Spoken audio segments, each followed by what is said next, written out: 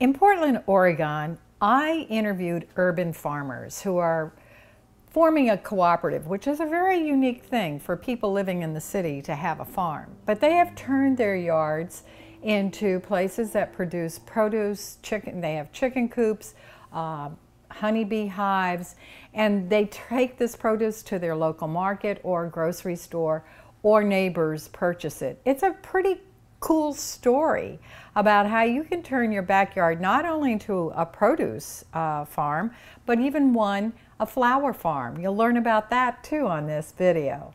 So enjoy.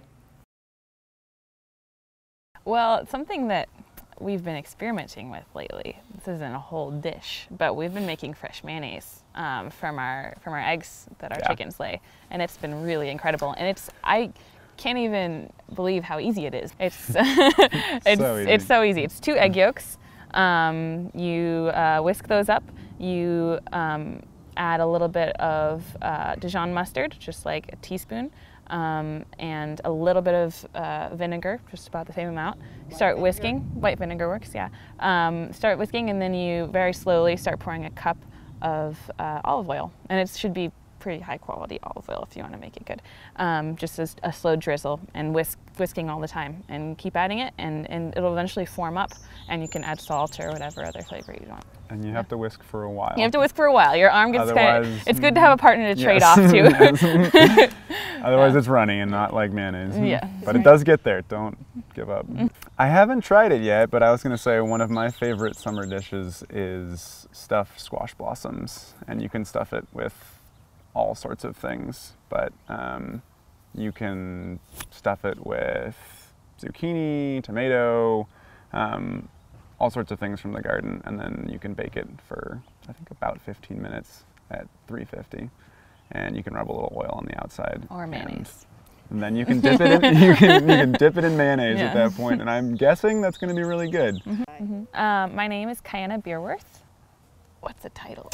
Community Outreach Coordinator. Community Outreach Coordinator at Simpson Street Farm for the Coley Grange. I am Rex Raleigh. I am the creator and manager of Simpson Street Farm, and with the Grange, I am one of 2 land use coordinators. Okay. So in the context of what we're doing here in Coley, we are basically forming a coalition of urban farmers, kind of figuring out how to cooperate with each other, to buy things together, bulk amendments for beds, create like a kind of a community dialogue about how we're all growing within this neighborhood, and basically just support each other in this kind of new venture in Coley. I started this farm about 11 months ago, and I'm selling to 3 different restaurants, and I'll be selling at the Coley Community Market for the first time this year. And I am a member of the collective, or Grange, whatever it's to be called. We do a variety of vegetables alongside, at this point, chicken and eggs is the only livestock component that we have. It's 0.88 acres with a house on it, so it's probably about a half an acre. We aren't doing much fruit yet, but it is a pretty wide variety of produce, everything from leeks to kale to tomatoes to peppers. It's been estimated that there's about 20 urban farms in Coley, and I think that we have probably maybe 10, something like that, maybe give or take, represented that have been coming to our meetings consistently. We only really started meeting monthly in January, so it's kind of really early in the process, and hopefully we can reach out to all of the farmers that are growing food in this area. Yeah, I mean, basically it is. It's just, I think, from my experience, it's really just anybody. I mean, again, we live really close into Northeast Portland, and it's pretty amazing that we have these huge lots in this neighborhood. A lot of them on Simpson Street are an acre, or a little bit under an acre, and so I think that an urban farm is just any plot of land that's being used to its full extent for growing food. And no matter if you're selling it to restaurants or if you're just a home gardener.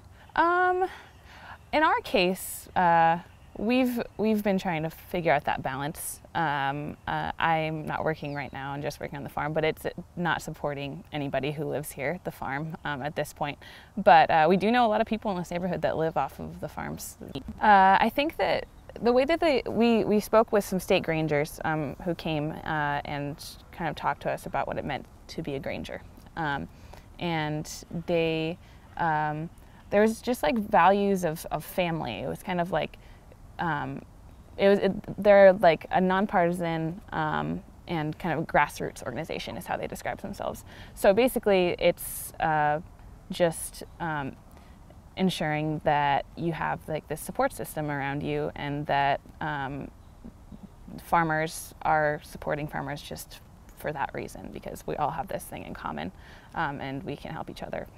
I guess is kind of family on a few different levels. Yeah. So you know, protecting the idea of family at the true family level, but also as a family of farmers, as a family within the town, or in this case it would be the city or the neighborhood. I guess one con that we discussed was that the National Grange and the State Grange both have a lobby or a presence in terms of talking to legislators, and the Grange makes decisions as a whole that maybe our neighborhood wouldn't agree with. Most of us are organic, or if we're not organic certified, we practice organic methods, and that in many ways kind of runs contrary to, it sounds like, what the Grange is lobbying for. Because a lot of the Grange members are larger farms. Yeah, that, it's representative of the climate of growing food at this point. Yeah. And that's kind of like something that we're trying to shift away from and create our own kind of, I don't know, revolution, I guess you could say, by using different methods. Well, there's a large divide between GMO users and non-GMO users, and a lot of farmers, particularly larger farmers, really see GMOs as a boon in terms of what that technology can do. People like us don't see it as such a great thing. We see it as sort of a huge issue in terms of people putting patents on seeds and taking things to a genetic point of no return. And it's just, I think at its core, it's just like producing food at a high volume, and that's not what this movement is about. It's about creating pockets of food that neighborhoods or cities can depend on, not depending on food that was shipped, you know, across an ocean, or even just from like Arizona. There is a market, the Coley Community Market, which has been around for I think 3 years now, 5 years. It's been around for 5 years, and it's just moved to a more central location on 42nd Street, which is kind of this neighborhood's business district. And part of what they're trying to do with that move is to promote the businesses. So that will be a large distribution point directly to consumers themselves. There's also talk of starting a green grocer, and people from the city are actually helping to try to bring that dream to fruition. City government? The city government, yep.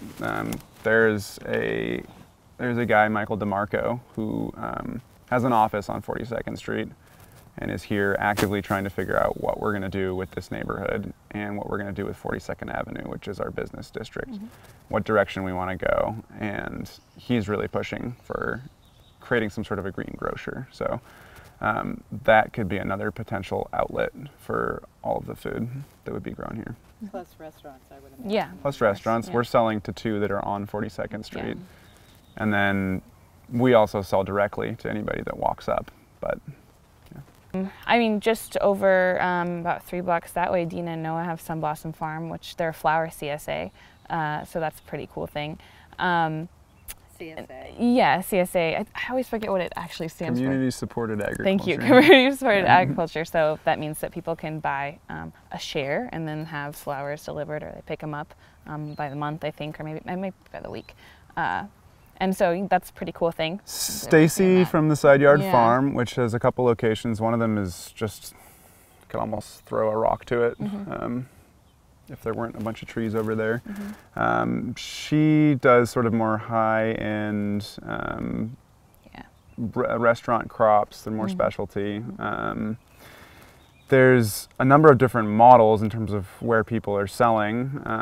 The Coley Community Farm is working with the Trinity Lutheran Church. I don't know that much about exactly what his model is, but it's very different from Stacy's, which is mainly restaurant focused, and we're trying to do a mix. So yeah, I started gardening 3 summers ago for the first time, and keeping chickens, and I fell in love with it. I was looking for something to do with my hands, and I had just left a collegiate environment and was really frustrated with that, and felt like I wasn't really learning anything that I wanted to learn, and I saw that as a whole world of learning and potential for learning that held a lot of value for me as somebody that wanted to work with my hands. So, and feeding myself felt really good. Food is like one of my biggest passions. I went to U of O for 2 years before, U of O, University of Oregon, for 2 years before I moved here in Eugene. And while I was there, I took an urban farm class. They have a really excellent urban farm program. It's one of the most magical places. Just when I decided to move to Portland, I really wanted to find a place like this. I didn't necessarily think that I was going to find a farm to live on, but I wanted to be involved with something because there are a lot of really cool projects going on in Portland. So I found the perfect place, though, and the perfect neighborhood, which is excellent. Well, you would see a house in the very center of everything, which is a big part of this space, is that we do live on this space. It's, at this point, kind of been all developed around it into some form of food growing space in most of the areas. The front is about a 6,000 square foot garden. There's a greenhouse up front. In the back we have more garden space. We've just planted a little mini orchard, is what I'm calling it. We have a chicken coop with 23 chickens, and 2 beehives. 2 beehives, active with bees, which we just received in the last couple of weeks. One of them was a wild-caught swarm. And then there's a large barn building, which was a true barn at one point, when this was a larger farm property back in the 1940s. That barn building is a potential space for the Coley Collective of Farmers, or Grange, whatever the name ends up being. That was more just a whim. We just thought it would be a pretty farmy thing to do, put a scarecrow up. Well, I adore food in general. I think we both fall into the foodie category, and living in Portland is a great place to be for that. If I was going to suggest a dish, I have to say my favorite things are fresh avocados and cotija cheese, or Oaxacan Mexican cheese, and chorizo with fresh corn tortillas is really wonderful. Sounds great. Well, I have a passion for eating kale. I love it on eggs in my dinner and my lunch, and so I say add kale to whatever you're eating. Kale, definitely. Find all kinds of ways to make it, salads, anything. My name is Dina Lieberman, and a title, I'm the head gardener at Sun Blossom Farm, and the person who does all the bouquet arranging and picking of flowers and taking care of all that aspect. I'm Noah Lieberman, and I'm the chief digger of holes, and also in charge of marketing, graphic design, business, that sort of stuff. Well, this is our 2nd season at Sun Blossom Farm, and it's kind of like the vegetable CSA programs. We do a weekly bouquet, or you can get a half share and get every other week bouquet. We thought that would be kind of cool. We've been part of vegetable CSAs before, but we thought how fun, because I have a passion for flowers. I've been gardening since I was a tiny little girl, and every home I've lived in, I've just put in tons of flowers and find so much joy. And the last few years, I've been paying a lot of attention to the honeybee and most of the pollinators, and I've been very worried about it. So I had this dream, or this passion, to find a bigger piece of land in town, because we had talked about moving out to the country, but we wanted to try something local and very local, so we're lucky to find this little piece of property in town. And our mission is really to provide flowers to our neighbors and very close, and not having all that stuff, that sustainable part about not shipping flowers from far away, not using all the chemicals, and we also have created a space which we call our bee sanctuary. So we're putting tons of flowers in that are just for the purpose of supporting our pollinators, not just people. It's just been an adventure and really a pleasure to start something together. We both have our own businesses and wanted to, you know, like Dina said, everywhere we've been, we've done a lot of gardening and landscaping and planting of flowers, but this was something kind of taking it to the next level where we could work together and form a business together and sort of be joint owners of this enterprise to create this beautiful space and to turn it into a business that we could sustain itself, right? To be a sustainable flower farm that was both from a environmental standpoint and from a financial standpoint, so that it can keep itself going and make a beautiful space, a sanctuary for bees and for providing flowers for the area. Well, that's a little bit, that's a little challenge of the education stuff too, because you have the competition of a lot of people with flowers out there, but they're using greenhouses or bringing things in, and we're really doing seasonal flowers. So that really means that in winter you're not having flowers. So our CSA is not running, you know, and on the shoulder seasons we're combining a lot of things like what is really growing, branches, grasses, anything else that we can put into bouquets so that it's really reflecting what is going on in nature around us. And it is an adventure because this is just our second year, and this year is very wet and we're dealing with slugs and, you know, all the kinds of things that you get to learn about being in the nature, and it changes from year to year. So this year we're hoping to be more about notice what things come, keep more of a track of everything and see what it's like next year, because every year's different. You know, when the daffodils come or when the tulips come, I'll shift a little, so we're going to have to be flexible. And yeah, and that's really the big advantage of using a community-supported agriculture or a CSA, where you have people sign up and share the risk with you. So they're paying ahead of time for the season, and right now our season runs May through August, so it's really mostly just the summer. But you're having people sign up ahead of time knowing that, you know, they don't know what flowers they're getting. They're not buying 12 dozen roses. They're buying a bouquet, and we will give them a bouquet of something. And they will get one each week, you know, or whatever they sign up for. But that gives us the ability to keep going, and, you know, so we're sharing the risk of changing weather and season and stuff. So. I don't know of anybody else doing it this small scale. I know there's local flower farmers, and I get the impression, I have not connected up with them, but I get the impression they have larger, bigger lots of land, more of the greenhouse, it's more of a bigger production, and we're pretty small scale. And I, you know, for me, I really want it to be about community. Ideally, I would love it that our neighbors are walking up and getting flowers or stopping by, and we really like community, and we want to create community space. And so we've been trying to do, you know, work days and potlucks, and we do donate money to bee causes, so organizations. So we're really trying to figure out how to create community, be here. And it's just new, so we're getting the word out. People are stumbling upon us and going, "Oh, you're tucked back here." Yeah. Well, we try to do at least a couple every season, usually at the beginning and the end, as far as having. In the garden, or? Yeah, we have potlucks out there, and then in a work party, and we certainly are always open to volunteers as well. And we actually even offer sort of a trade scenario for the CSA. So if you wanted to come and work periodically in exchange for flowers, we do that as well. But we do have work parties where we try to get everybody together and pull weeds or dig or plant or whatever needs to be done around the yard, and share food together as well. I guess my aim and vision for it really, and I think we're already getting close to the first step, is just that the farm pays for itself. I don't know that a farm of this size, and with our goal of really only doing seasonal flowers, so they're only, you know, we're not doing a big greenhouse, we're not bringing anything in the winter, I don't think it's something that would support our family.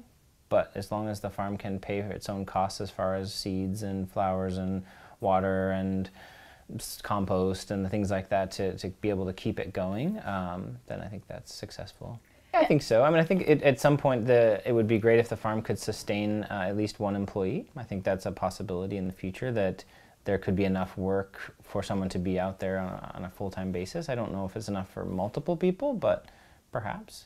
So maybe at some point we'd have some farm interns or people that could come in and learn about farming and receive some pay for their work. So for me, the excitement is to be around people who have the same passion as I do.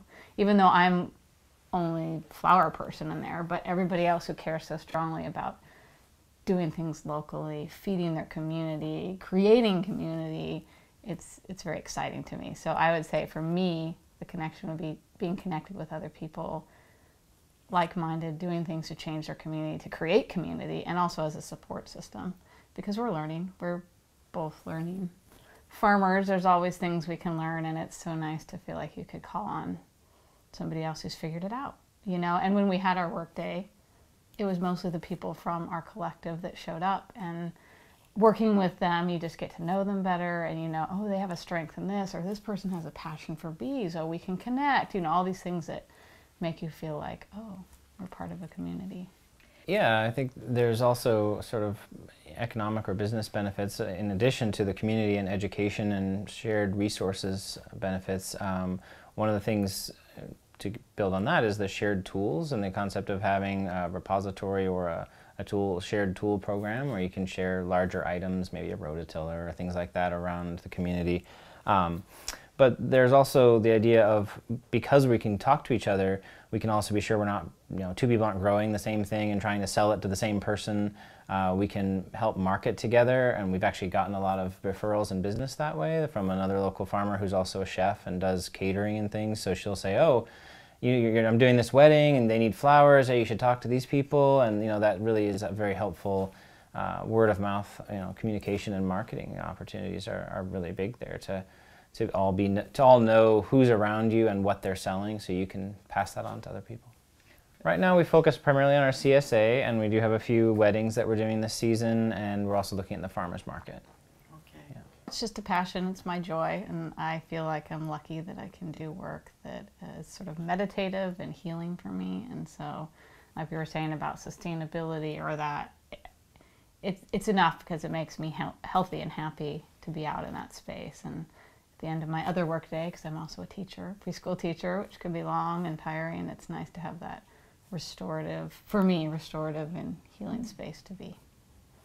Yeah, it's just, yeah, everywhere we've been, and then this just feels like a bigger scale. It's just nice to feel like you're doing something to make the world a better place, making your environment more alive and more beautiful. And you know, I'm really definitely excited about taking care of the bees. I'm really concerned about our pollinators and the loss of bees and the things that have been going on with that, so everything we can do to help support them. We don't have any hives yet, but we're definitely planting things that that are helpful and that the bees love, so that they can find the food and pollens that they need. We have many different types of pollinators that come every summer, and we have neighbors who have hives, and we hope to get hives as well. And we also donate 5% of all of our revenue to bee charities to help the bees. And you know, yeah, really being conscious of a lot of things I plant and not picking too much, leaving stuff for them, and certain things that are really just for them, and making sure there's early season and late season thing, which is very helpful for the bees. Right, rather than, you know, a somewhat typical farm where you plant 10,000 dahlias, like we have a whole range of all different kinds of flowers that are blooming all different times throughout the year, so there's always something blooming. It's not just a huge production crop, it's more about diversity and